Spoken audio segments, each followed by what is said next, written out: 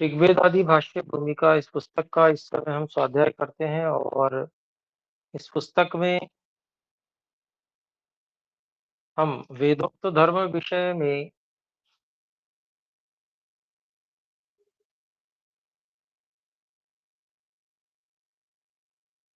वेद के मंत्रों का प्रमाण,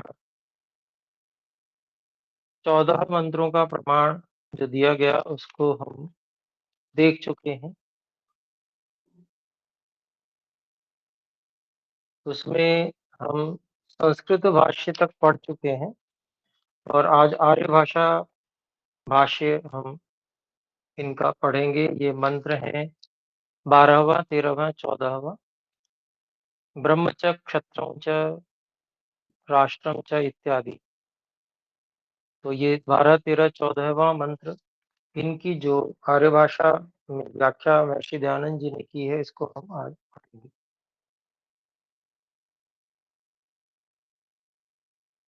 तो आरंभ करते हैं। ब्रह्म च, सबसे उत्तम विद्या और श्रेष्ठ कर्म करने वालों को ही ब्राह्मण वर्ण का अधिकार देना,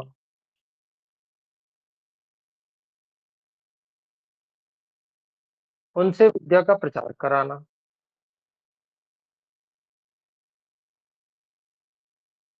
तो देखिए, विद्या का जो प्रचार है वो अन्य कार्यों से सूक्ष्म कार्य है। और वेद विद्या विशेष रूप से जो श्रेष्ठ कर्म करने वाले हैं, सच्चे आस्तिक हैं और अपेक्षाकृत अन्यों से अधिक शुद्ध हृदय वाले हैं, ऐसे लोग ही अच्छी प्रकार से विद्या का प्रचार कर सकते हैं।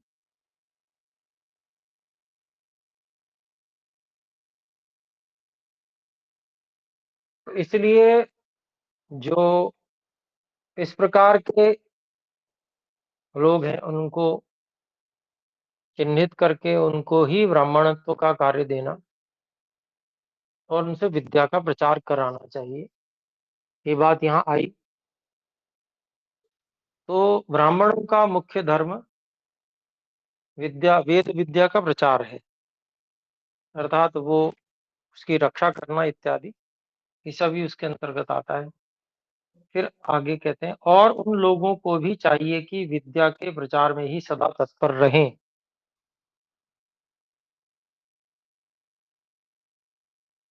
फिर आगे कहते हैं, क्षत्रम च, अर्थात सब कामों में चतुरता, शूरवीरपन, धीरज, वीर पुरुषों से युक्त सेना का रखना, दुष्टों को दंड देना और श्रेष्ठों का पालन करना इत्यादि गुणों के बढ़ाने वाले पुरुषों को क्षत्रिय वर्ण का अधिकार देना। तो क्षत्रिय वर्ण का अधिकार जिनको मिले, किनको मिले, तो उनमें ये सब बात होनी चाहिए। क्या क्या? सब कार्यों को चतुराई से करना, अर्थात कार्य कहीं रुकने ना पावे, इतनी चतुराई होनी चाहिए।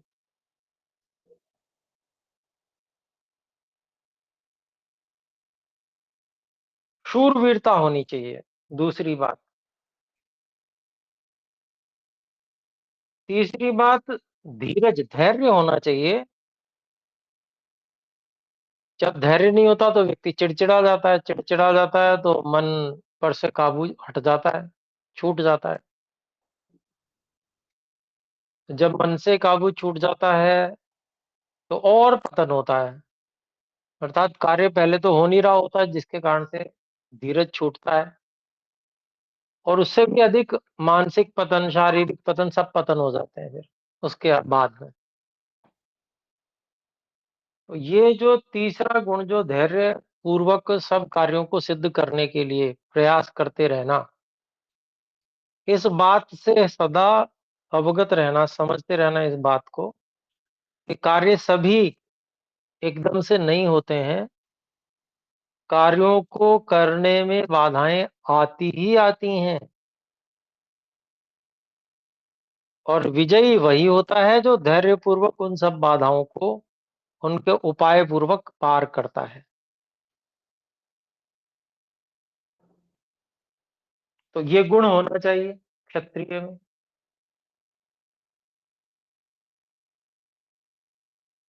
फिर है वीर पुरुषों से युक्त सेना का रखना। सेना रखना भी बहुत आवश्यक है, अकेले नहीं, अकेले तो क्या करेगा व्यक्ति, सेना भी होनी चाहिए व्यक्ति के पास में। और वो सेना जो है उसकी अनेक कार्यों को सिद्ध करने में सहयोगी बनती है।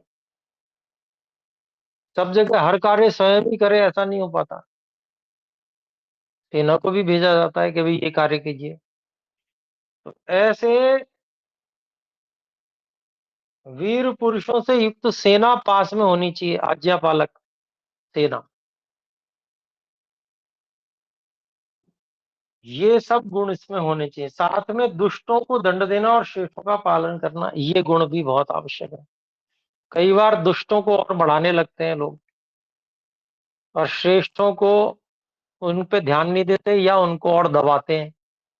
तो ऐसे लोग क्षत्रिय नहीं है, क्षत्रिय बनने योग्य भी नहीं है। ये बहुत मुख्य गुण है, दुष्टों को दंड देना और श्रेष्ठों का पालन करना इत्यादि गुणों के बढ़ाने वाले पुरुषों को क्षत्रिय वर्ण का अधिकार देना। फिर आगे कहते हैं राष्ट्रंश, श्रेष्ठ पुरुषों की सभा के अच्छे नियमों से राज्य को सब सुखों से युक्त करना।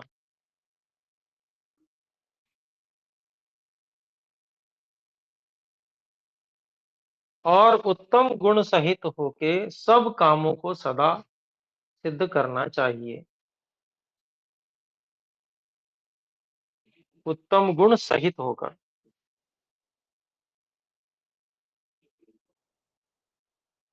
तो ऐसी सभा भी हो जिसमें बहुत श्रेष्ठ पुरुष हो और सब नियम पूर्वक चलें और सब यथा योग्य कार्य करें, अपना अपना सुझाव आदि देने का कार्य, और सबके सहयोग से पूरे राज्य को सुखी रखा जाए।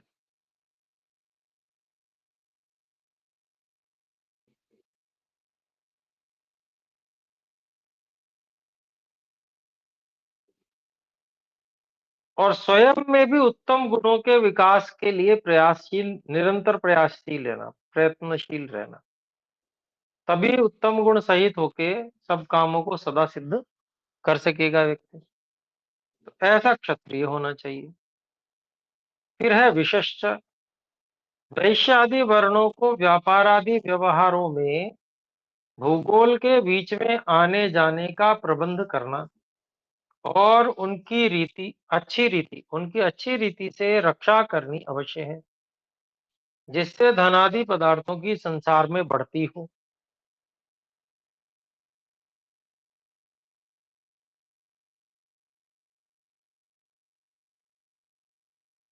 तो इस प्रकार से वैश्यों के द्वारा और सुविधाओं और वस्तुओं को पूरे विश्व में पहुंचाना तब तक, इससे सबको सुख हो और उससे जो धन का अर्जन हो उसकी रक्षा भी होनी चाहिए।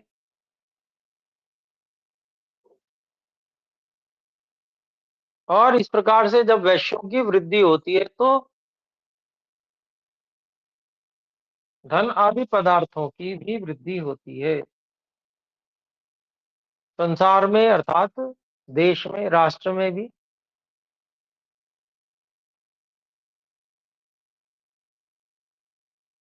धन आदि पदार्थ बढ़ते हैं। फिर आगे कहते हैं त्विशिष्ट, सब मनुष्यों में सब दिन सत्य गुणों ही का प्रकाश करना चाहिए। तो ये सब द्विजों का मिलकर कार्य है कि उत्तम गुण, जो सत्य आदि का पालन करना, सत्य आचरण करना, ये जो गुण है ये सब लोगों में आने चाहिए। वो जैसे आ सकते हैं उन सब प्रकारों को करना, अपने अपने यथा योग्य जैसे जैसे जिसके वश में है। जैसे वैश्य जो है वो धन से पुरस्कृत कर सकता है उत्तम आचरण वाले को, सत्य आचरण वाले को। क्षत्रिय जो है वह भी पुरस्कृत कर सकता है उत्तम आचरण करने वाले को, और दंड भी दे सकता है जो असत्य आचरण करने वाले हैं, उनको हतोत्साहित कर सकता है। और ब्राह्मण जो है वह उपदेश कर सकता है, सत्याचरण के लाभ उत्तम अच्छी रीति से बता सकता है, उससे कैसे कैसे सुख बढ़ते हैं उस सब का प्रचार कर सकता है। ऐसे बहुत सारे, जैसे जैसे जिस जिसकी सामर्थ्य है, जैसे जैसा जिस जिसमें योग्यता है, उसके अनुसार सब मनुष्यों में सब दिन सत्य गुणों ही का प्रकाश करना चाहिए। यशश्च, उत्तम कामों से भूगोल में श्रेष्ठ कीर्ति को बढ़ाना उचित है। अच्छे अच्छे कार्य करें, एक से एक उत्तम कार्य, एक से एक बड़े परोपकार के कार्य, और उसकी कीर्ति हो। जब उसकी कीर्ति होगी तो उत्तम कर्म की कीर्ति होने से उत्तम कर्मों का प्रचार बढ़ेगा, लोग उत्तम कर्मों को करने में आकर्षित होंगे, उससे सारे संसार में सुख बढ़ेगा।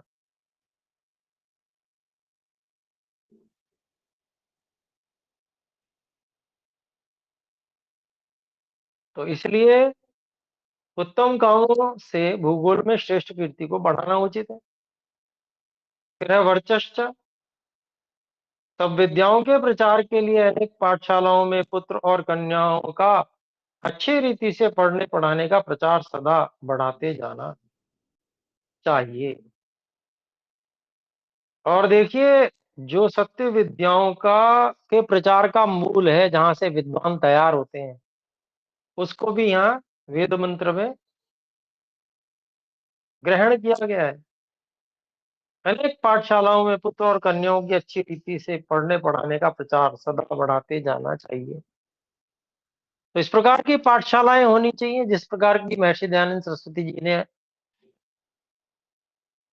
आवासीय पाठशालाओं की व्यवस्था का विवरण सत्यार्थ प्रकाश में भी किया है,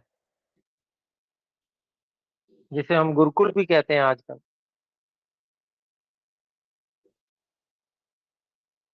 इसमें पुत्र और कन्या दोनों अलग अलग उनकी व्यवस्था हो, और उसमें वो दोनों ही विद्वान और विदुषी तैयार हो। जब विद्यावान और विद्वान और जैसे और विदुषी तैयार होंगे, तभी विद्या का प्रचार करने के लिए व्यक्ति मिलेंगे।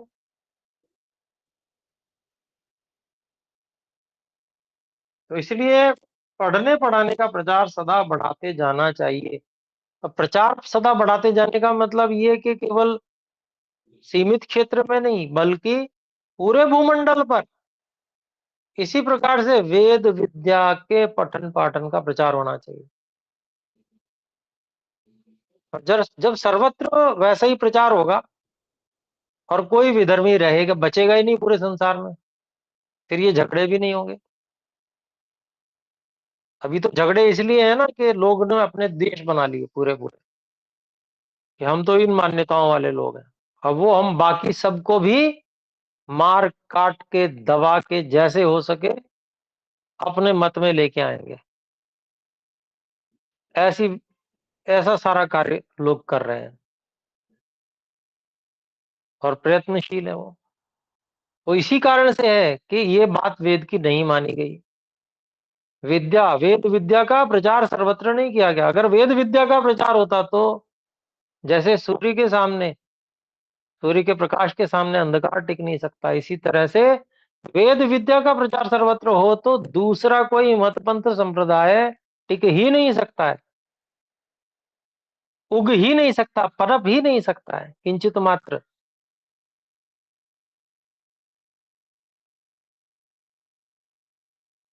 तो इसलिए ये कार्य जो पहले कहीं ना कहीं हम ही पूर्व जन्मों में थे जिन्होंने ये आलस्य प्रमाद किया कि प्रचार नहीं किया पठन पाठन व्यवस्था का, यहाँ स्पष्ट रूप से ये बात कही गई है। नहीं किया तो उसका आज परिणाम हम लोग भोग रहे हैं कि आज इतना भय है कि कब समाप्त हो जाएंगे उसका कोई ठीक नहीं है। और हजारों प्रकार से लोग सनातन वेदों और इस पूरे ज्ञान को और उस ज्ञान को मानने वाले लोगों को समाप्त करने के लिए हजार प्रकार से प्रयास कर रहे हैं।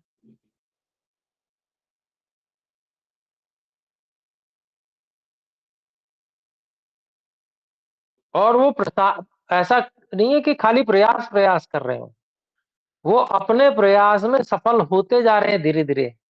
सब प्रयासों को जैसे जैसे वो जिस जिस तरह से कर रहे हैं उनमें वो सफल होते जा रहे हैं। तो ये जो परिणाम और ये जो दुर्दिन अभी देखने को मिल रहा है और आगे ये जो भय का वातावरण है और जो आगे मिलेगा उसकी कल्पना करनी चाहिए और सब कुछ गौण करके इस कार्य में मुख्य रूप से लगना चाहिए। ये वेद के द्वारा आदेश है कि सत्य विद्याओं के प्रचार के लिए अनेक पाठशालाओं में पुत्र और कन्याओं का अच्छी रीति से पढ़ने पढ़ाने का प्रचार सदा बढ़ाते जाना चाहिए। बढ़ता ही जाए, ये कम ना होवे। और ये कम हो जाएगा तो फिर ये समझ लीजिए फिर अन्य अंधकार को पैर पसारने का अवसर मिलेगा ही मिलेगा। और वो हो रहा है। तो आइए देखें, आगे बढ़ते हैं। तब मनुष्यों को उचित है कि पूर्वोक्त धर्म से अप्राप्त पदार्थों की प्राप्ति की इच्छा से सदा पुरुषार्थ करना। तो धर्म पूर्वक करना है अप्राप्त पदार्थों की प्राप्ति की इच्छा। और जो पूर्व कर्मों के पूर्व जन्म के कर्मों के अनुसार इस जन्म में जो कुछ भी प्राप्त हुआ है उससे संतुष्ट भी रहना। और धर्म का पालन करते हुए अप्राप्त की प्राप्ति की इच्छा भी करना धर्म पूर्वक। और पूर्ण पुरुषार्थ करना उसमें। तो सदा इस प्रकार से अप्राप्त पदार्थों की प्राप्ति की इच्छा से सदा पुरुषार्थ करते रहना। प्राप्त पदार्थों की यथावत रक्षा करनी चाहिए। रक्षा किए पदार्थों की सदा बढ़ती करना और सत्य विद्या के प्रचार आदि कामों में बढ़े हुए धन आदि पदार्थों का खर्च यथावत करना चाहिए, व्यय करना चाहिए। मतलब इन चार प्रकार के पुरुषार्थ से धन धान्य आदि की को बढ़ा के सुख को सदा बढ़ाते जाओ।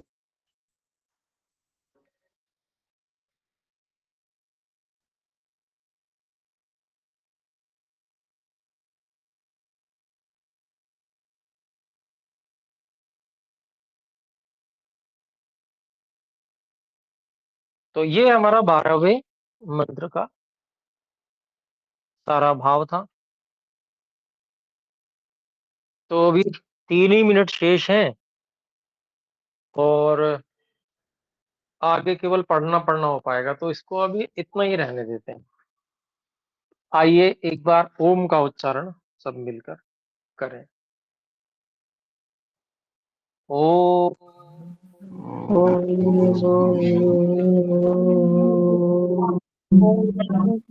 सभी को सादर नमस्ते। नमस्ते आचार्य जी। नमस्ते आचार्य।